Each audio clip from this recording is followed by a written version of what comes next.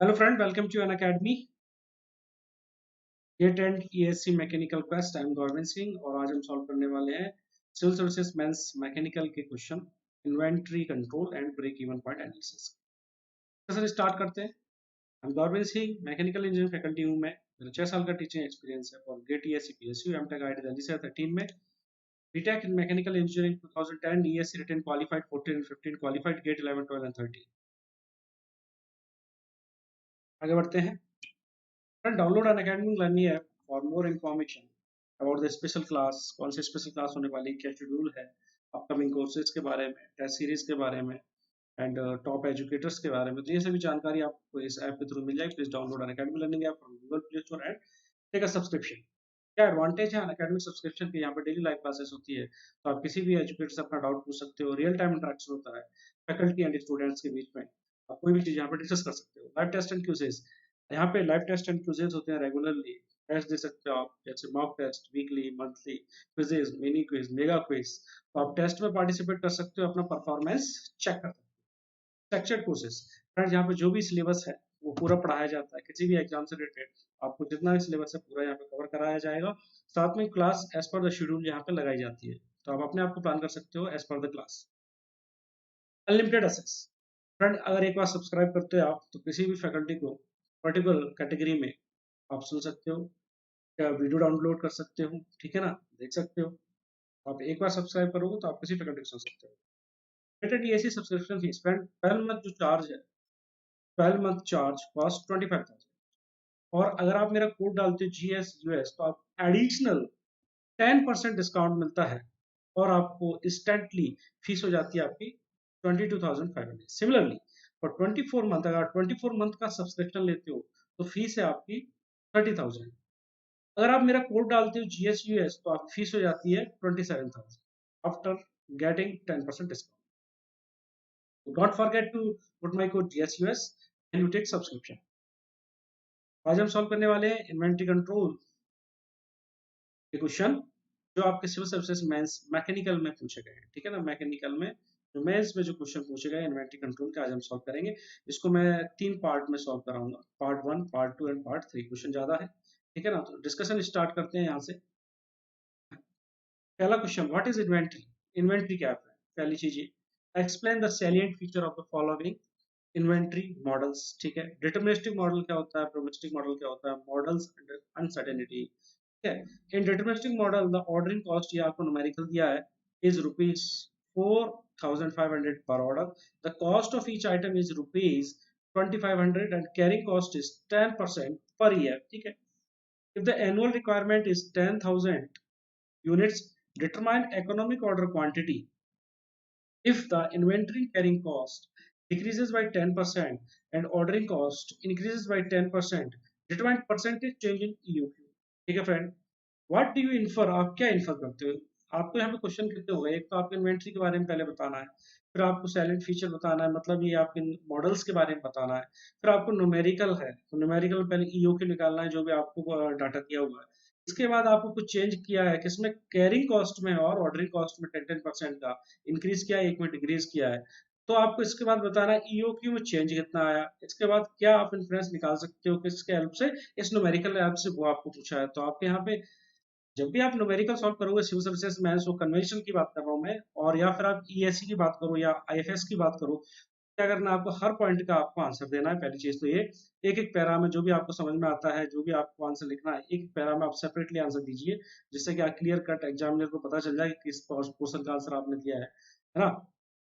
तो इसका एक फिक्स प्रोसीजर है, हम एक एक करके क्वेश्चन को समझते हैं, पढ़ते चलेंगे। सबसे पहले जैसे आपको यहाँ पूछा है इन्वेंट्री, इन्वेंट्री के बारे में पूछा है, व्हाट इज इन्वेंट्री। इन्वेंट्री के बारे में पूछा तो सबसे पहला काम क्या है, आपको इन्वेंट्री की डेफिनेशन लिखना। तो इन्वेंट्री को आप, देखो मैं सिंपल वर्ड्स में बोलूं, स्टॉक इन हैंड, जो आपको स्टॉक हाथ में है, स्टॉक इन हैंड, जो कि at right point of time, अभी right now it is what idle, जो कि अभी आइडल है and it will use in future, is called as inventory. Stock in hand simple term में इज कॉल्ड एज इन्वेंट्री। ठीक है, refers to the material in stock, एक ही चीज है, ठीक है ना। इसके बाद it also called as idle resources, इसको आप क्या बोलते हैं, आइडल रिसोर्स भी बोलते हैं। आइडल रिसोर्सेज जो कि अभी यूज में नहीं है, at right point of time it is idle stationary but it will be used in the future, so sometimes it's called as idle resources, ठीक है ना। और इसके बाद आपको पूछा है व्हाट इज डिटरमिनिस्टिक मॉडल, आप दो लाइन में डेफिनेशन लिखोगे पहले, इसके बाद इसी में deterministic model, probabilistic model, model under uncertainty, ये इनमें क्या डिफरेंस होता है, ठीक है ना। तो इनको हम एक दो लाइन में समझेंगे, ठीक है। तो सबसे पहले what is deterministic model, inventory की बात करें फ्रेंड, मॉडल को हम जनरली दो कैटेगरी में डिवाइड कर सकते हैं। पहला डिटरमिनिस्टिक, इसको मैं नेक्स्ट पेज पे बताता हूँ अच्छे से। डिटरमिनिस्टिक इन्वेंटरी मॉडल की बात करूँ फ्रेंड, इन्वेंटरी मॉडल की पहले हम बात करेंगे, ठीक है। ये आपके दो तरीके के होते हैं, deterministic and probabilistic, and probabilistic, ठीक है। डिटरमिनिस्टिक मॉडल फ्रेंड वो होते हैं जिसमें आपका lead time and demand, lead time and demand known with certainty, जिसमें हम सर्टेनिटी और आसानी से बता सकते हैं कि आपका लीड टाइम भी कांस्टेंट रहेगा और डिमांड रेट भी आपकी कांस्टेंट रहेगी। Known with certainty is called as deterministic model. Lead time का मतलब क्या होता है फ्रेंड, यहाँ लीड टाइम को थोड़ा हम समझ लेते हैं। जैसे आपने जब ऑर्डर प्लेस किया किसी भी चीज का, ऑर्डर प्लेस किया आपने इन्वेंट्री का, उसके बाद आपने ऑर्डर रिसीव किया, तो प्लेस करना और रिसीव करने के बीच में जो टाइम लगता है, it is a time gap between, it is a time gap between placing an order, placing an order and receiving an order in hand is called as what? Is called as lead time. इन दोनों के बीच में जो time gap है उसको हम बोलते हैं lead time. Demand rate कितनी डिमांड है आपकी, मंथली हो या एनुअली हो, जो भी आपकी, तो डिमांड रेट भी आप मान के चलोगे। जैसे आपने सोचा कि इन्वेंट्री की जो डिमांड है 100 यूनिट है, तो 100 एनुअली कांस्टेंट रहेगी। इस तरीके की जो चीजें हैं वो आप डिटरमिनिस्टिक मॉडल में डालते हो, जहाँ पे आपको लीड टाइम पता है, आपने जब भी ऑर्डर किया आपको पता है कि एक दिन में आएगा, एक घंटे बाद, एक घंटे में आएगा, पॉसिबल नहीं, ऐसा पॉसिबल नहीं है। ये आपका एकदम क्या थ्योरेटिकल है, यहाँ पे आप बस पढ़ने के हिसाब से ये एज्यूम करके चलते हो। तो ये जब भी इस तरीके की चीज एज्यूम करके चलोगे, lead time and demand rate known with certainty is called as deterministic model. Probabilistic model friend just opposite, lead time जो है आपका and demand rate not known with certainty, आप सर्टेनिटी से नहीं बता सकते, आपकी चीजें फ्लक्चुएट होती है, ठीक है। तो आपकी ये प्रोबेबिलिस्टिक मॉडल समझ में आया। डिटरमिनिस्टिक मॉडल के चार टाइप होते हैं, ये चार टाइप का होता है। फर्स्ट EOQ मॉडल, ठीक है ना, हैरिस विल्सन मॉडल भी बोलते हैं, उन्होंने अपने नाम पे दिया था, एंड हैरिस विल्सन मॉडल,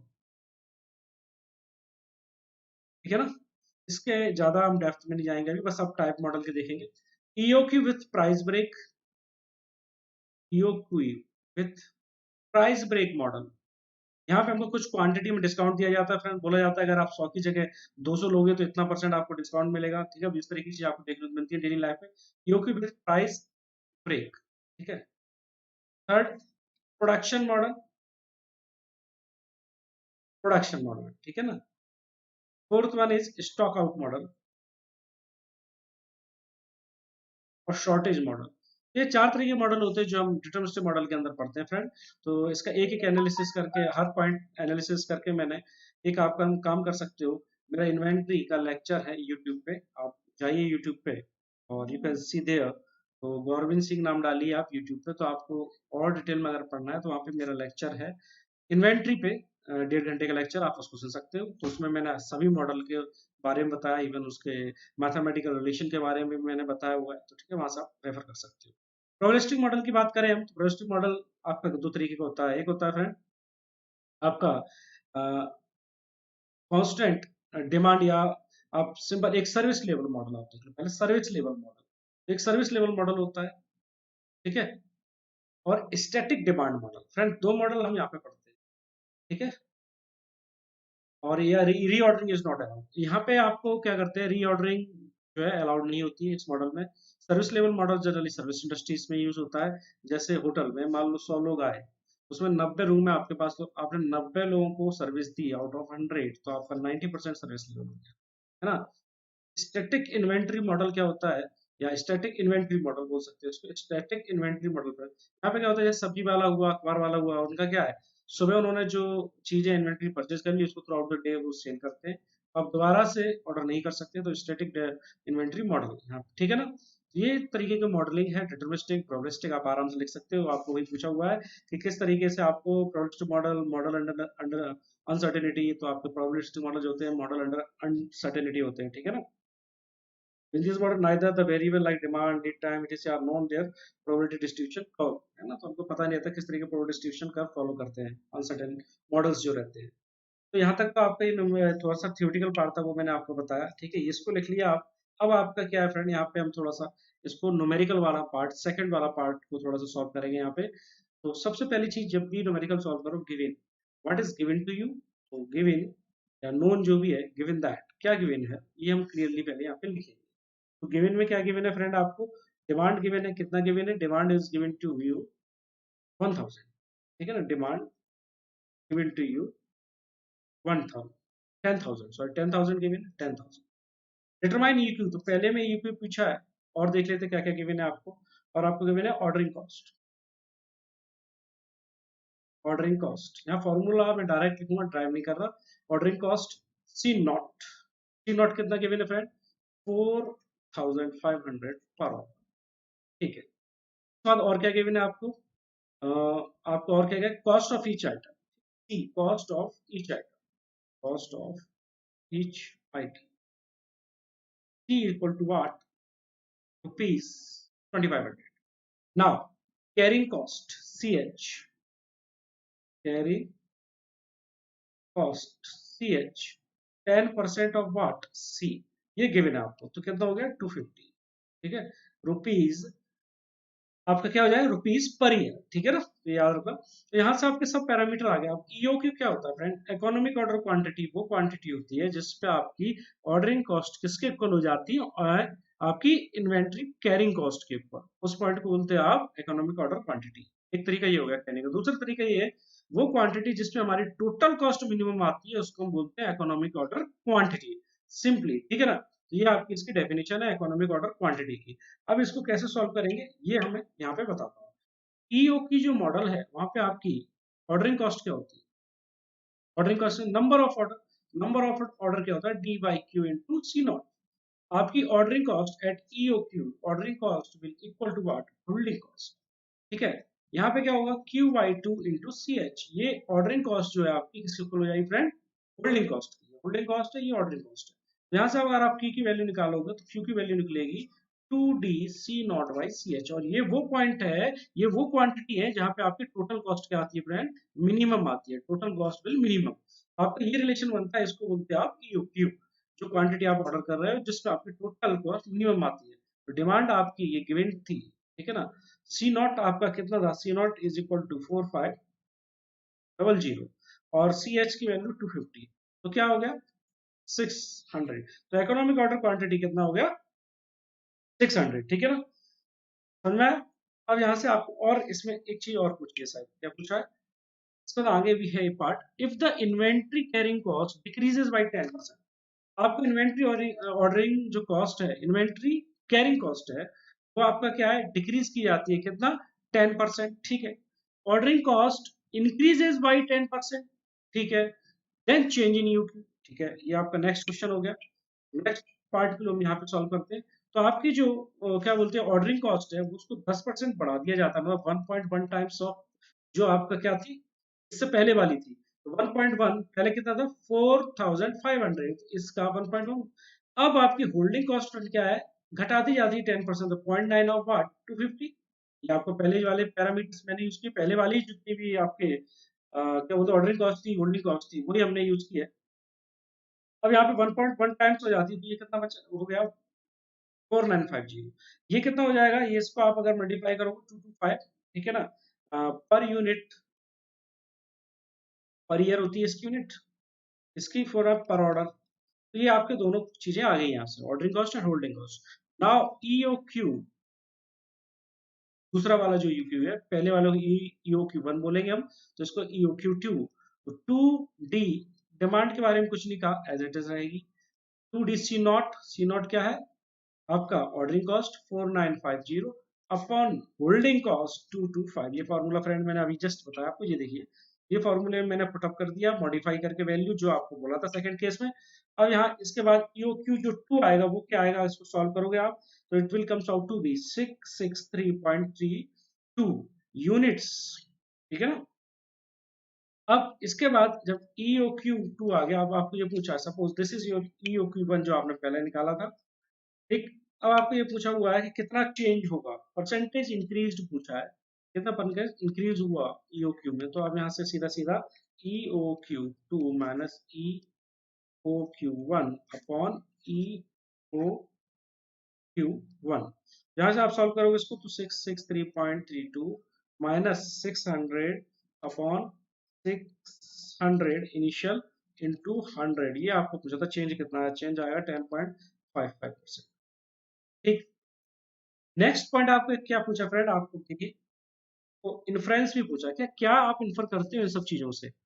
तो सब सिंपल सी चीज है, इन्फर क्या करते हो, मैं अगर पहले आपसे बोलूं कि अगर ऑर्डरिंग कॉस्ट आपकी बहुत ज्यादा है, सिंपल सा व्हेन ऑर्डरिंग कॉस्ट, समझना बात को, when ordering cost is high, तो आपकी क्या आपकी प्रायोरिटी रहेगी, आपकी प्रायोरिटी रहेगी when ordering cost is high, then आप ईओक्यू जो है उसको बढ़ा दो। ईओक्यू जो है अगर ऑर्डर क्वांटिटी है ज्यादा, एक बार में आप ऑर्डर करो, ऑब्वियस सी बात है quantity you will order, quantity या क्वांटिटी जो भी है वो आप क्या करोगे, ज्यादा ऑर्डर करोगे ना। ऑर्डर क्वांटिटी शुड भी क्या होना चाहिए, मोर, ऑर्डर क्वांटिटी है ना, quantity order should be more. तो फ्रेंड ये आपकी प्रायोरिटी होगी, तो आप ये सब चीजें यहाँ से इन्फर कर सकते हो, है ना, शुड बी।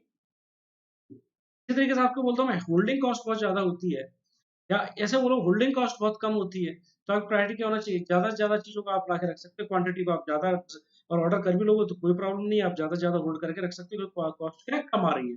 ये सब चीजों को बैलेंस करना है, तो ये सब चीजें यहाँ पे आपको लिखना है इन्फ्रेंस में कि ऑर्डरिंग कॉस्ट को बढ़ाने से क्या फर्क पड़ता है, डिमांड को बढ़ाने से क्या फर्क पड़ता है, होल्डिंग कॉस्ट को बढ़ाने से क्या फर्क पड़ता है। तो ये सब चीजें आपको यहाँ पे मेंशन करना है और क्लियरली लिखना है, ठीक है, समझ में आया। तो व्हाट डू इन्फर का भी आपको 2-3 लाइन में बाद में जब आपका क्वेश्चन खत्म हो जाए आप इसको यहाँ पे इन्फर करके जरूर बताओगे, ठीक है ना। तो इस तरीके से आपको लिखना है कि when inventory carrying cost decreases more inventory can be carried and EOQ जो है आपका क्या कर सकते हो, आप बढ़ा सकते हो। आगे चलो, ये आपका यहाँ से पूरा सॉल्यूशन हो गया। Next question, a material manager had recently attended a short training program on material management. He thought of applying some of the optimization concept that he had learned. He picked on one item having code PV96, which is essentially a brass ball. Brass ball का ये code given है यहाँ पे. From the current record, he found that the average annual demand was this. Annual average demand friend given to you. ठीक है. The accounting information system revealed that the carrying cost was rupees 0.40 per valve per year, whereas the ordering cost was rupees this. The current policy adopted in the company was to order for 400 valve at a time. ठीक है ना। उसके बाद it is this an optimal policy? What would be annual saving if EOQ concept was applied? तो friend यहाँ पे हमको देखना है, ठीक है। तो आपका क्या क्या गिवन है, पहले हम लिख लेते हैं इसको, ठीक है। तो गिवन दैट क्या हमको गिवन है, given that average annual demand average annual demand कितना है, 10,000, ठीक है, 10,000 हो गया। यहाँ पे ये कैरिंग कॉस्ट क्या है, कैरिंग कॉस्ट आपको यहाँ पे सी एच इक्वल टू वाट 0.40 पर वॉल पर ईयर, है ना, पर वॉल पर ईयर, ये आपको गिवन है फ्रेंड, ठीक है। इसके बाद और क्या गिवन है आपको, ऑर्डरिंग कॉस्ट भी गिवन है, ऑर्डरिंग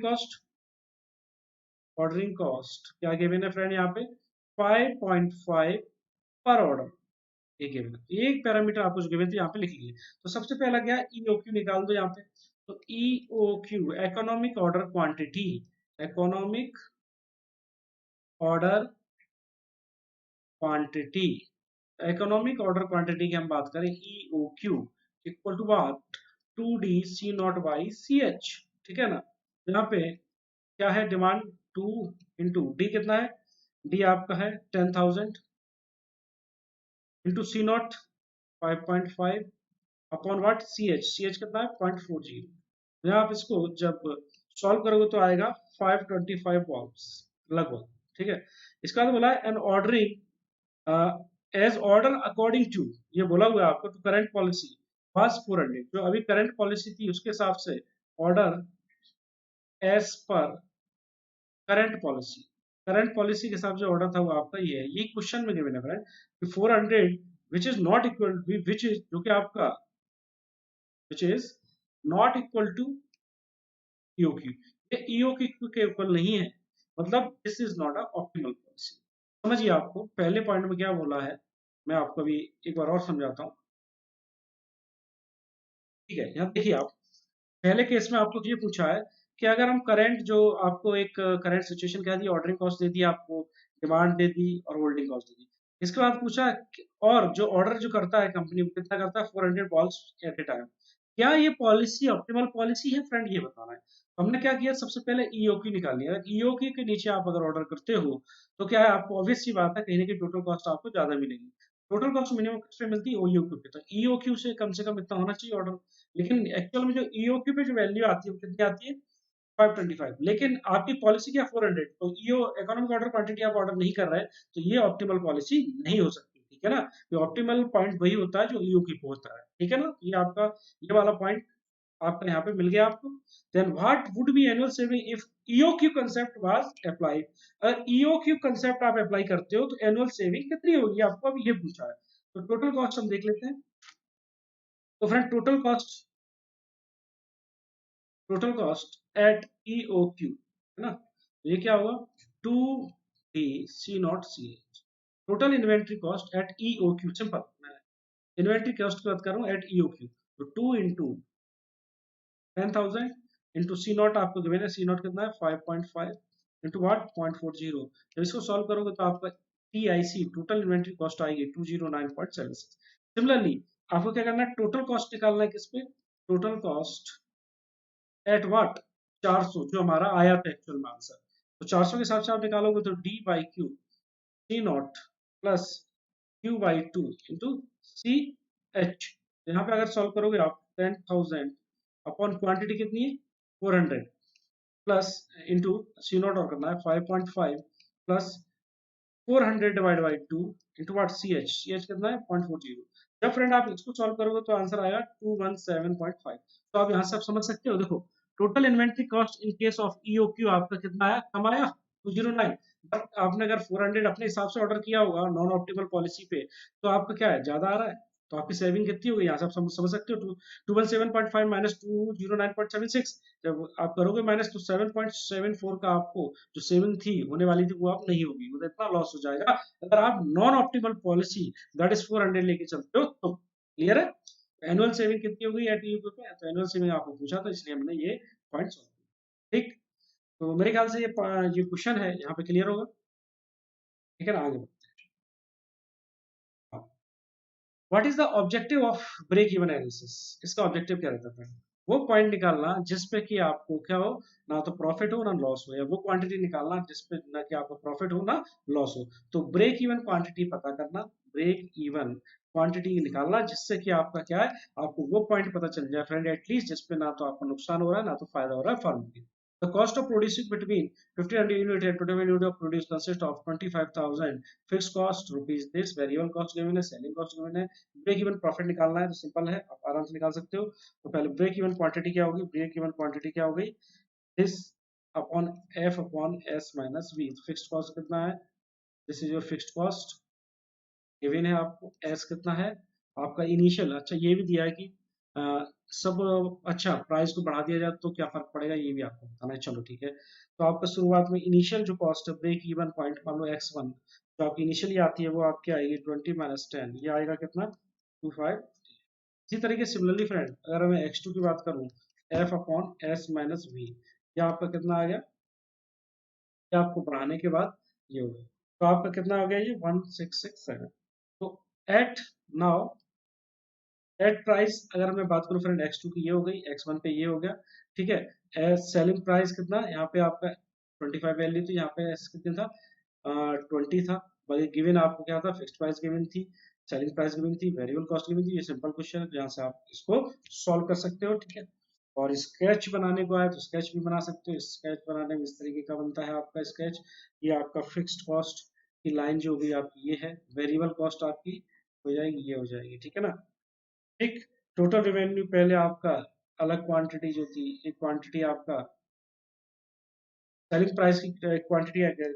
सेलिंग प्राइस आपको दो डिफरेंट डिफरेंट सेलिंग प्राइस है, एक की लाइन आएगी ये और एक की है। इस तरीके से आप इसको प्लॉट कर सकते हैं यहाँ पे फ्रेंड, ठीक है ना। ये आपको ब्रेक इवन पॉइंट होगा Q1 Q2, ये क्वांटिटी हो गई जो हमने निकाली थी अभी, X1 और X2 लिख सकते हैं यहाँ पे, X2 एंड X1, ठीक है ना। यहाँ पे जो आपका ये आएगा रेवेन्यू जो आएगा S1, जो X है उसके केस में क्या है ना, S2X, ठीक है फ्रेंड। तो यहाँ से आप निकाल सकते हो इसको X1, और ये हो गया आपका X2। यहाँ से ये पॉइंट आपको मिल जाएंगे। यहाँ से ये आपको कर्व हो गया, ये कर्व ड्रॉ करना है सिंपली। टोटल रेवेन्यू कर्व आप देख लीजिए, ये है। और यहाँ से ये आपका fixed cost plus variable cost का कर्व है, ठीक है। यहाँ से आपको इजीली एक्स वैल्यू, आपको एक कर्व पूछा हुआ है क्वेश्चन में, इसलिए मैं बता रहा हूँ, ठीक है ना। Thank you very much for listening me. Thank you.